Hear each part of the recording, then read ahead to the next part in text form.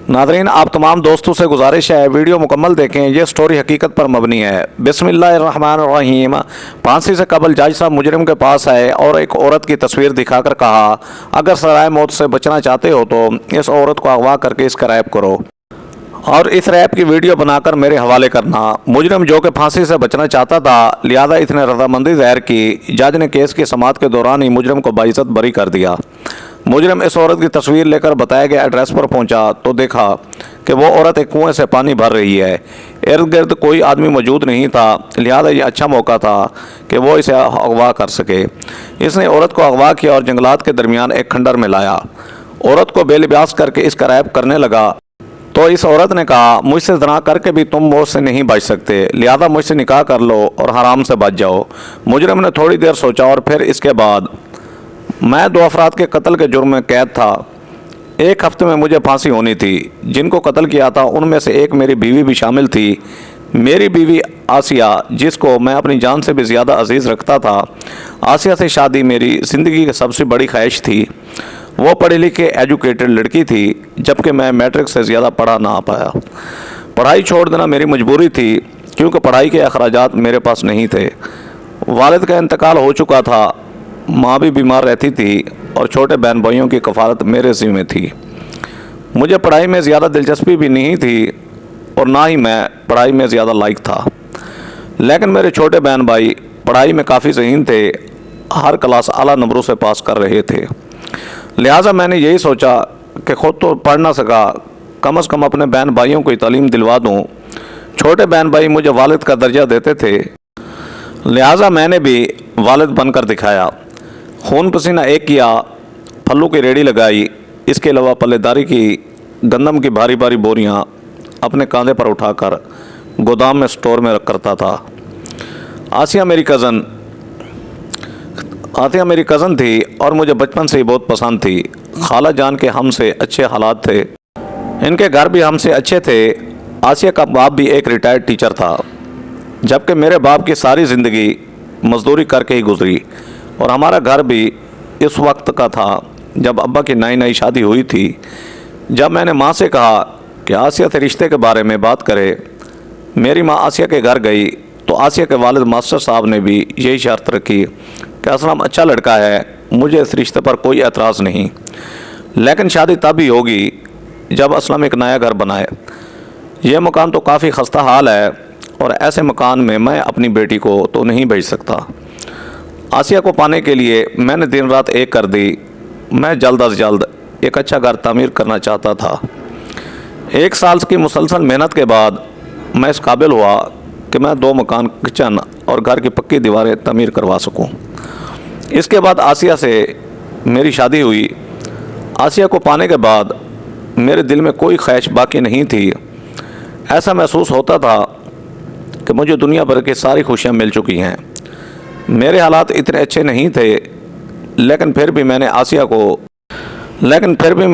को एक एसी लगवा कर दिया। मैं नहीं चाहता था कि वो गर्मी में काम करे। हालांकि मास्टर साहब ने भी एसी नहीं लगवाया था घर में, लेकिन मुझसे आसिया की गर्मी बर्दाश्त नहीं होती थी। शादी के कुछ अर्सा बाद आसिया ने इस ख्वाहिश का इजहार किया कि वो एक प्राइवेट स्कूल में पढ़ाना चाहती है। इससे 25,000 रुपये तनख्वाह की ऑफ़र भी हुई। मैंने मुस्कुरा कर आसिया से कहा कि तू मुझसे ज़्यादा, और अगर सच पूछो तो अक्लमंद भी मुझसे ज़्यादा हो, भला मुझसे इस मामले में इजाज़त लेने की क्या ज़रूरत है। आसिया ने जब यह सुना तो कहने लगी कि आप कैसी बातें कर रहे हैं, आप मेरे शौहर हैं, मेरे मजाजी खुदा, आपकी इजाज़त के बगैर तो मैं कोई कदम नहीं उठा सकती। आसिया की फरमाबरदारी देखकर मुझे अपने ऊपर रश्क होता था। एक मैट्रिक पास शख्स को कितनी अच्छी और पढ़ी लिखी बीवी मिली है, और वो भी फरमाबरदार, जो हर वक्त अपने शौहर के सामने सर झुकाकर चलती है और इसकी मर्ज़ी के बगैर कोई भी काम नहीं करती। मैंने इसे बाखुशी स्कूल पढ़ाने की इजाज़त दे दी। कुछ अर्सा बाद आसिया ने मुझसे कहा कि देखिए, हालात आपके सामने हैं, महंगाई बहुत बढ़ चुकी है, आप दिन रात मजदूरी करते हैं, मैं भी स्कूल में पढ़ाती हूँ, इसके बावजूद घर के अखराजात पूरे नहीं हो रहे।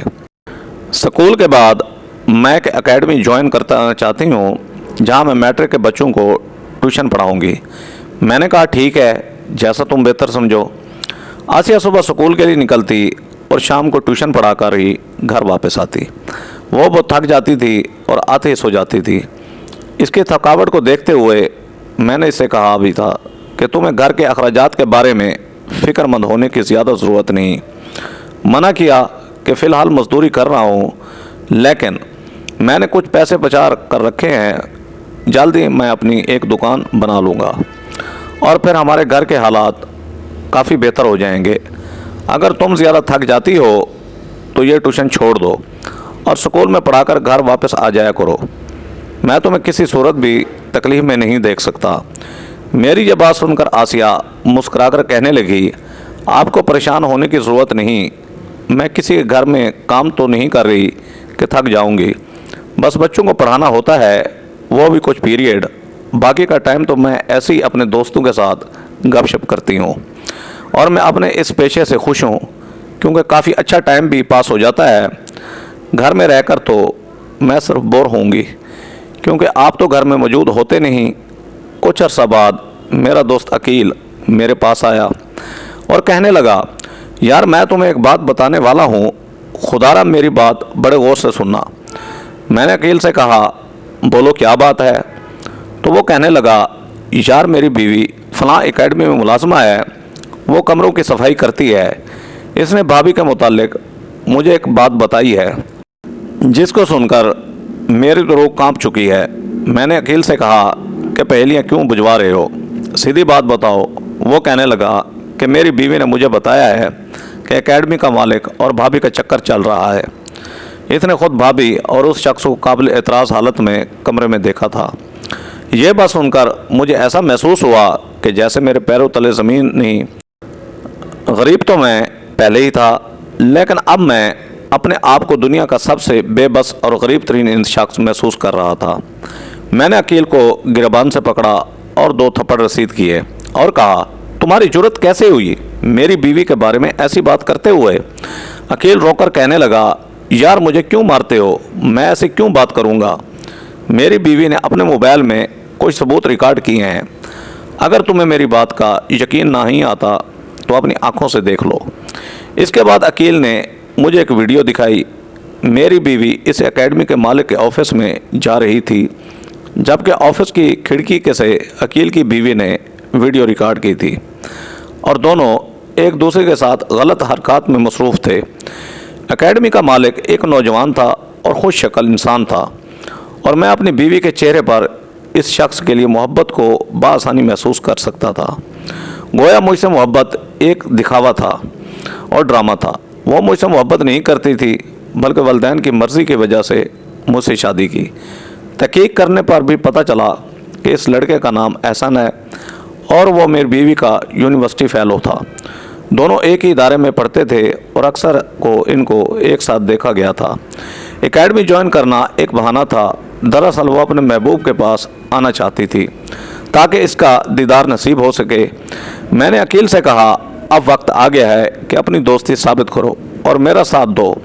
अकील मुझसे पूछने लगा कि क्या करना है, मुझे बताओ। मैंने अकील की तरफ देखा और कहा कि बताओ कि ऐसे शख्स और ऐसी बीवी के साथ क्या किया जाए। वो कहने लगा कि भाभी के मुतालिक तो मैं कुछ नहीं कह सकता, लेकिन उस शख्स को ज़िंदा रहने का कोई हक़ नहीं। मैंने अकील को अपना मंसूबा बताया। मैं एक ऐसा काम करने वाला था जिसके मुतालिक मैंने ज़िंदगी में कभी नहीं सोचा था। ज़िंदगी मुझे एक ऐसे मोड़ पर ले आई गई कि मैं किसी का खून करूँगा, इसके बारे में मैंने कभी सोचा नहीं था। मैंने तो अपने हाथ से अभी तक कोई चूंटी भी नहीं मारी थी, मगर किस्मत मुझे एक ऐसे मोड़ पर ले आई कि मैं बहुत बड़ा जुर्म करने वाला था। शाम के तकरीबन 4 बज चुके थे। मुझे मालूम था कि मेरी बीवी एकेडमी में ही मौजूद है। अकील मेरे साथ जाना चाहता था, लेकिन मैंने इससे मना किया क्योंकि मैं नहीं चाहता था वो को खामखा मेरी खातिर ऐसी मुसीबत में फंस जाए। मेरी तरह वो भी अपने घर की कफालत कर रहा था, इसके अलावा अकलौता था। मैं इसकी माँ को किसी किस्म की तकलीफ़ नहीं देना चाहता था, लिहाजा खुद ही ये काम निपटाने चल पड़ा कि एकेडमी में दाखिल हुआ तो आपस में एहसन और मेरी बीवी खुश गपियों में मसरूफ़ थे। मैंने अपने पिस्टल के 20 गोलियां दोनों पर ख़त्म कर दी। इसके बाद मैंने भागने की बिल्कुल कोशिश नहीं की और अपने आप को पुलिस के हवाले कर दिया। वो मेरी इस बेबाकी पर हैरान थे। खैर, अब मैं 2 इंसानों के कत्ल के जुर्म में जेल में कैद था और यही चाहता था कि मुझे अपने किए की सज़ा भी मिल जाए। एक रात अजीब वाक़या हुआ। मुझे बताया गया कि आपकी मुलाकात के लिए कोई आया है। मैं ये समझ रहा था कि अकील होगा, क्योंकि हफ्ते में एक बार वो मेरे पास आता ही था, मगर वो अकील नहीं था। इसने मुझे एक ख़त दिया और फिर वापस चला गया। वो ख़त जज साहब ने मेरे नाम लिखा था। इसमें तहरीर था कि अगर तुम चाहते हो कि सज़ाए मौत से बच जाओ तो अगली पेशी में अपने इस जुर्म से इनकार कर देना, बाकी मैं खुद संभाल लूँगा। ये ख़त पढ़कर मैं हैरान हुआ। मुझे नहीं मालूम था कि वो मुझे क्यों बचाना चाहता है और इसके मकासद क्या हैं। खैर, ये ख़त मेरे लिए काफ़ी दिलचस्प था। ख़त के जवाब में मैंने यही लिखा कि आप मुझे क्यों बचाना चाहते हैं। वो आदमी दोबारा जज साहब का पैगाम लेकर मेरे पास आया और इसमें लिखा था कि जब तुम इस कैद से आज़ाद हो जाओगे तब मैं अपने मकासद तुझे बताऊंगा और ये भी बताऊंगा कि मैंने तुम्हें क्यों बचाया। ये बात मेरे लिए काफ़ी दिलचस्प थी। हालांकि मैं मरने का इरादा कर चुका था और अपनी ज़िंदगी के आखिरी आयाम गिन रहा था, मगर अब मैं दोबारा जीना चाहता था क्योंकि मुझे जीने की उम्मीद मिल चुकी थी। अगली पेशी में वकील साहब ने मुझसे कोई सवालात किए और मैंने जवाबन अपने जुर्म से इनकार कर दिया। जज साहब ने समाअत के दौरान मुझे बरी कर दिया और फिर मुझे अपने फार्म हाउस बुलाया। मैं इसके बताए गए एड्रेस पर जा रहा था और दिल ही दिल में मैं ये सोच रहा था कि आखिर इसने मेरी जान बचाई तो बचाई क्यों। मैं इसे मिलने आया। इसने मेरे लिए चाय मंगवाई और फिर कहने लगे कि मौत के मुंह से वापस आ जाना कैसा महसूस हो रहा है। मैंने हकीकत बयान की कि पहले तो मैं मरना चाहता था क्योंकि मैं कातिल था, मगर फिर जब जीने की उम्मीद पैदा हो गई तो मैंने भी दोबारा जीने के ख्वाब देखना शुरू किए। लेकिन एक बात मुझे समझ नहीं आई, आपने मेरी जान बचाई क्यों। जज ने मुस्करा कर कहा कि बताता हूँ, जल्दी किस बात की है, मैं सब तुझे बता दूंगा कि तुम आज यहाँ क्यों हो। थोड़ी देर बाद जज साहब ने अपनी जेब से एक तस्वीर निकाली। ये एक खूबसूरत लड़की की तस्वीर थी। इसने ये तस्वीर मेरे हवाले की और कहा, ये देखो, इस लड़की को गौर से देखो। इसी वजह से, इस लड़की की वजह से मैंने तुम्हें फांसी के फंदे से बचाया है। मैं इस तस्वीर को गौर से देखने लगा। फिर जज साहब से कहा कि मैं तो इसे जानता तक नहीं। वो कहने लगे, हाँ, तुम इसे नहीं जानते, लेकिन मैं अच्छी तरह जानता हूँ। मैंने तुम्हें आज़ाद इसलिए करवाया है कि इस औरत को अगवा करके नामालूम मकाम पर ले जाओ और फिर तुम इसकी इज्जत के साथ खेलो, साथ साथ रिकॉर्डिंग भी करो और फिर वो रिकॉर्डिंग वापस मेरे पास ले आओ। इतनी सी बात है। सज़ाए मौत से बचने के अलावा मैं तुम्हें इस काम के 10 लाख रुपए भी दूंगा। 10 लाख का नाम सुनकर मेरे रूंगटे खड़े हो गए। इतनी बड़ी रकम हासिल करने के लिए मुझे कई साल मजदूरी करना पड़ती। मैं हैरान हूँ यार। जज से कहा कि आखिर ये औरत कौन है और आप ऐसा क्यों करना चाहते हैं। जज साहब ने मुझे किसी किस्म की तफसील ना बताई और कहा कि तुम अपने काम से काम रखो और ज़्यादा तफसील में मत जाओ। अगर तुम यह काम नहीं करोगे तो कोई भी शख्स ये भी मेरा काम कर सकता है और फिर ये पैसे उसके हिस्से में चले जाएंगे और तुम खाली हाथ रह जाओगे। ना सिर्फ खाली हाथ बल्कि दोबारा जेल की सलाखों के पीछे आ जाओगे। मेरे ख्याल में ये काम तुम्हारे लिए काफ़ी आसान है, क्योंकि किसी भी औरत की इज़्ज़त के साथ खेलना बनिस्बत उसे मारने से आसान है। तुम तो अपनी बीवी की जान ले चुके हो, तो ये काम तुम्हारे लिए ज़्यादा मानी नहीं रखता। मेरे पास कोई और रास्ता भी नहीं था, लिहाजा मैंने अपनी रजामंदी ज़ाहिर की। जज ने 5 लाख मेरे हवाले किए और बाकी 5 लाख काम करने के बाद देने का वादा किया। मैं इस औरत की तस्वीर लेकर बताए गए एड्रेस की तरफ रवाना हुआ। जज ने पहले से ही मालूमात हासिल कर रखी थी इस औरत के बारे में। वो एक गांव में रहती थी। मैं रास्ते में बार बार यही सोच रहा था कि दूर दराज गाँव, जो कि शहर से तकरीबन 200 किलोमीटर दूर है, वहाँ की एक देहाती औरत को एक जज क्यों बदनाम करना चाहता है। बार बार सोचने के बावजूद मुझे ये मामला समझ नहीं आ रहा था। खैर, मैं भी ज़्यादा सोचना नहीं चाहता था, क्योंकि मुझे अपना मकसद हासिल हो चुका था। मुझे नई ज़िंदगी मिल चुकी थी और साथ साथ पैसे भी, और इतने पैसे जो मेरी औकात से भी ज़्यादा थे। मुझे इस लड़की का नाम मरियम बताया गया और तस्वीर को देखते हुए मैं इसकी शक्ल को अच्छी तरह पहचानता था। मैं इसके गांव पहुंच चुका था, लेकिन किसी से भी इसके घर का एड्रेस और पता नहीं पूछ सकता था। क्योंकि इस तरह देहाती लोग मुझ पर शक करते और देहात में ऐसे ही किसी औरत के बारे में पूछना मायूब समझा जाता है।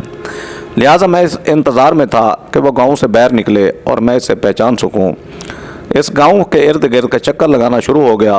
बहुत सी औरतें गांव में कामकाज कर रही थीं, पानी के कुएं से पानी भरकर वापस घरों को जा रही थीं, लेकिन मुझे मरियम नज़र नहीं आ रही थी। खैर काफ़ी इंतज़ार के बाद मैंने देखा कि मरियम एक घर से निकली। वो तस्वीर से भी ज़्यादा खूबसूरत थी और सर पर पानी का खाली घड़ा लेकर कुएं की तरफ जा रही थी। मैं भी खामोशी से इसके पीछे पीछे चल पड़ा। मेरे पास एक घोड़ा था जो काफ़ी तेज़ रफ्तार था और मैंने मजबूती के साथ इस घोड़े को एक तरफ बांध कर रखा हुआ था। मरियम कुएं से पानी भरने लगी, जबकि इसके इर्द गिर्द कोई भी औरत मौजूद नहीं थी। यही वो मौका था जिसकी मैं तलाश में था। चुपके से इसके पीछे आया, इसके मुंह पर हाथ रखा, फिर इसे उठाकर अपने घोड़े पर सवार किया और जल्दी से चलता बना। अब मैं एक औरत को अगवा करके ऐसे किसी आबादी वाले इलाके से नहीं गुजर सकता था। लिहाजा मेरे पास एक ही रास्ता था कि मैं जंगल की तरफ चला जाऊं। यह बहुत बड़ा घना जंगल था और गांव के अफराद इस जंगल में जाने से कतराते थे, क्योंकि इस जंगल के बारे में मशहूर था कि वहाँ डाकुओं का एक ख़तरनाक गिरोह रहता है। इसके अलावा वहाँ जंगली जानवर भी मौजूद थे। मगर इन तमाम बातों के बावजूद मैं मरियम को अगवा करके जंगल की तरफ रवाना हुआ। यह काफ़ी ख़तरनाक और घना जंगल था और दूर दूर तक किसी इंसान का नाम और निशान नहीं था, लेकिन ख़तरनाक जानवर फिर भी पाए जाते थे। जंगल के दरमियान ही मुझे खंडर नज़र आया। मैंने अपना घोड़ा रोका, मरियम को घोड़े से उतारा और खंडर के अंदर ले गया। इसके बाद अपना मोबाइल जेब से निकाला, इस पर रिकॉर्डिंग ऑन की और खंडर के एक कोने में अपना मोबाइल रख लिया। यह देखकर मरियम कहने लगी, कौन हो तुम और यह तुम क्या करना जा रहे हो? मैंने उसे बताया कि मैं अपनी जान की कीमत अदा कर रहा हूँ। मैं एक कातिल हूँ और मुझे फांसी होने वाली थी, मगर तुम्हारे साथ ज़िना करने की सूरत में मैं इसे सज़ा से बच जाऊँगा और मुझे काफ़ी सारे पैसे भी मिलने वाले हैं। मरियम मेरे सामने चीख रही थी, चिल्ला रही थी, हाथ जोड़ रही थी, लेकिन मुझे इस पर किसी किस्म का तरस नहीं आ रहा था। वो खूबसूरत भी थी और मैंने इरादा कर लिया था कि अब अपने इरादे से बात नहीं होगा। वो मुझसे बार बार पूछ रही थी कि मेरी इज़्ज़त तार तार करने के लिए तुम्हें किसने मेरे पास भेजा? तो मैं इसे नहीं बता रहा था, क्योंकि मुझे मना किया गया था कि मैं किसी के सामने जज साहब का जिक्र नहीं करूँगा। बस मैंने वीडियो रिकॉर्ड करनी थी, जो कि मेरा मंसूबा था। मैंने कहा, मैं कोई बात तुम्हें बताने वाला नहीं। बेहतरी इसी में है कि तुम खुद अपने कपड़े उतार लो, ताकि मुझे तुम्हारे साथ ज़बरदस्ती ना करनी पड़े। मरियम के चेहरे पर बेबसी थी और वो अपने कपड़े नहीं उतार रही थी। लिहाजा मैं आगे बढ़ा, ज़बरदस्ती इसके कपड़े उतारने लगा। तो मरियम ने कहा, तुम्हें जज साहब ने तो नहीं भेजा? अगर तुम्हें जज साहब ने भेजा है तो खुदारा अपने इरादे से बाज आ जाओ, क्योंकि तुम मेरी नाजेबा वीडियो बनाकर भी ज़िंदा नहीं रह पाओगे और वो तुझे मार डालेगा। मैंने इसे कहा कि मैं तुम्हारी किसी बात पर यकीन नहीं करने वाला और आगे बढ़ता रहा। मरियम ने मेरे पैरों पे हाथ रखे और कहा, खुदारा मैं अपनी इज़्ज़त की भीख मांगती हूँ, एक बार मेरी बात सुन लो। इसके बाद चाहे मुझे जान से भी मार डालो, मुझे एतराज़ नहीं होगा। मैंने इससे कहा, बोलो क्या कहना चाहती हो? कहने लगी, मैं इस जज के घर में एक मुलाजमत थी। मैं यतीम लड़की थी, अपने चचा के साथ शहर आई थी ताकि कहीं कोई काम मिल जाए। जज साहब के घर मुझे मुलाजमा के तौर पर नौकरी मिल गई, मगर मसला ये था कि जज मुझ पर बड़ी गलत नज़र रखता था। वो मुझसे 30 साल बड़ा था, मगर फिर भी मेरी ताक में था। शुरू में मुझे बहुत खौफ महसूस हुआ, क्योंकि मैं तो इसका इरादा जान चुकी थी, लेकिन और कोई नहीं जानता था। मैं किसी को बता भी नहीं सकती थी, क्योंकि अभी नाई इस घर में आई थी और भला कौन मेरी बात पर यकीन करता। इस घर में इसकी बीवी और 4 बच्चे भी थे। एक लड़का तो जवान था और यूनिवर्सिटी में पढ़ रहा था। जवान बेटे का बाप होने के बावजूद वो अपने बेटे की हम उम्र लड़की पर बुरी नज़र रखता था। एक दिन घर में कोई मौजूद नहीं था। मैं किचन की सफाई कर रही थी। इसने मेरे साथ ज़बरदस्ती की। मेरा हाथ पकड़ कर कहा, चलो इस कमरे में। मैंने छुड़ाने की बहुत कोशिश की, लेकिन वो मुझे छोड़ नहीं रहा था। पता नहीं उस बुढ़े में इतनी कैसे ताकत आ गई कि उसने मुझे उठा लिया और अपने बेडरूम में लाया। शायद मेरी किस्मत अच्छी थी कि बेगम साहिबा वक्त पर पहुंच गईं। बेगम साहिबा ने इस हालत में अपने शौहर को देखा कि वो मेरे ऊपर था और जल्दी से वहां से उठा और बेगम की तरफ गया। बेगम इस पर चीख रही थी कि घटिया शख्स, मैं तुम्हें ज़रूर बेनकाब करूंगी और सबको बताऊंगी कि तुम किस कदर घटिया इंसान हो। मियाँ बीवी में झगड़ा होने लगा तो थोड़ी देर बाद मुझे एक शोर की आवाज़ आई। ऐसा मालूम हो रहा था जैसे किसी ने कोई भारी चीज़ उठाकर किसी को मारी हो। मैंने देखा तो मेरी रूह कांप गई।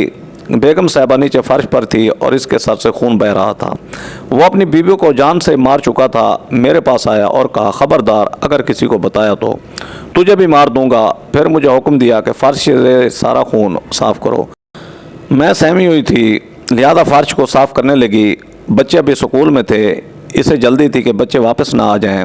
इसने अपनी बीवी की लाश को उठाया, अपने घर के एक सैन के कोने में गड्ढा खोदना शुरू किया और इधर ही अपनी बीवी को दफना दिया। इसके बाद वो मेरे पास आया और कहने लगा, अगर अपनी और अपने ख़ानदान वालों की ज़िंदगी चाहती हो तो समझो तुमने कुछ नहीं देखा। मैंने इसे वादा किया कि मैं किसी को कुछ नहीं बताऊंगी और घर से भागना शुरू किया। मुझे अपनी ज़िंदगी की कोई परवाह नहीं, मगर अपने ख़ानदान की वजह से खौफ में मुब्तला हूँ और किसी को उस जज के बारे में कुछ नहीं बताया। मुझसे छोटे दो मेरे भाई हैं, वो मेरे भाइयों को भी नुकसान पहुंचा सकता है। यह है वो हकीकत जो मैंने तुम्हें बताई है। मैं शहर छोड़कर इधर देहात में रहने लगी, लेकिन मुझे इस बात का खौफ था कि वो कोई ना कोई शख्स मेरी तरफ ज़रूर भेजेगा। मैंने इसकी बात मानने से इनकार किया था, लिहाजा इससे इस बात का गुस्सा था और वो मुझे बदनाम करना चाहता है था। मैं तुम्हारी मिन्नत करती हूँ कि मेरी इज़्ज़त के साथ ना खेलो। हाँ, अलबत्ता अगर तुम मुझसे निकाह कर लो तो मैं राज़ी हूँ। हराम की बजाय हलाल तरीका अपना लो। मरियम की ये बात सुनकर मैं हैरान हुआ। मैं से निकाह का इरादा कर चुका था, मगर कोई भी मौलवी निकाह पढ़ाने पर राज़ी नहीं था। मैंने निकाह का इरादा तुर्क किया और मरियम से कहा, कोई भी शख्स हमारा निकाह नहीं पढ़वा रहा। यह एक बात की तरफ इशारा है। वो पूछने लगी कि कौन सा इशारा। मैं मरियम को इसके घर छोड़कर वापस शहर रवाना हुआ। इंस्पेक्टर साहब को सारी तफसील बता दी। वो अपनी टीम लेकर जज के घर आया। सैन की खुदाई की तो इसकी बीवी की बोसीदा हड्डियाँ पड़ी थीं। इसने तो यह बात मशहूर कर दी थी कि मेरी बीवी घर से भाग गई है। लोगों को पहले इस पर शक था और इसी ने अपनी बीवी को कहीं गायब किया है, वरना वो ऐसी औरत नहीं थी। इसके जवान बेटे थे और इस उम्र में वो किसी के साथ नहीं भाग सकती थी। जज को बीवी से कत्ल के जुर्म में गिरफ्तार किया गया। इसके बाद मैंने खुद अपनी गिरफ्तारी दे दी और पुलिस के सामने इस बात का इकरार किया कि जज ने मुझे नाहक बरी किया था। मैं एक कातिल हूँ और एक कातिल की सज़ा मौत के अलावा क्या हो सकती है। मरियम से निकाह ना होना मेरे लिए इस बात की तरफ इशारा था कि मैं किसी दूसरी लड़की की ज़िंदगी बर्बाद ना करूँ। मैं खुद को कानून की गिरफ्त से नहीं बचा सकता था और मरियम मेरे निकाह में होते हुए भी तनहा रह जाती। लिहाजा मैं एक लड़की की ज़िंदगी बर्बाद नहीं करना चाहता था। मैं सज़ाए मौत का हकदार हूँ क्योंकि मैंने दो इंसानों की जान ली थी। मैं अपनी बीवी आसिया की जान लेने की बजाय तलाक भी दे सकता था, मगर मुझे कोई हक नहीं था कि मैं एक औरत को बेवफाई करने पर इसे जान से मार डालूं। इस बार शायद मैं सज़ाए मौत से ना बच पाऊं। कुछ ही माह में मुझे फांसी होने वाली है, मगर मैं इस लिहाज से पुरसुकून हूँ कि मैंने एक बेगुनाह औरत के खून का बदला लिया है। एक ऐसे शख्स को गिरफ्तार करवाया है जो इंसाफ पर मबनी फैसले करने के लिए मशहूर था, मगर मैंने इसे बेनकाब किया। मैं अपनी इस कहानी से तमाम लोगों को नसीहत करता हूँ कि अगर बीवी बेवफाई करे तो इसे छोड़ दो, अपने से दूर कर लो, लेकिन इसकी जान मत लो, क्योंकि एक इंसान का कत्ल पूरी इंसानियत का कत्ल है। दोस्तों, कोई भी काम करने से पहले, चाहे वो छोटा हो या बड़ा, अच्छी तरह सोच लेना चाहिए ताकि आपको बाद में पछताना ना पड़े। नादरीन, वीडियो अच्छी लगे तो मेरे चैनल शौकत वाइस को सब्सक्राइब करके बेल आइकन को दबाकर ऑल पर क्लिक कर दें ताकि आपको हर आने वाली न्यू वीडियो का नोटिफिकेशन सबसे पहले मिले। Thanks for watching. अल्लाह हाफिज़।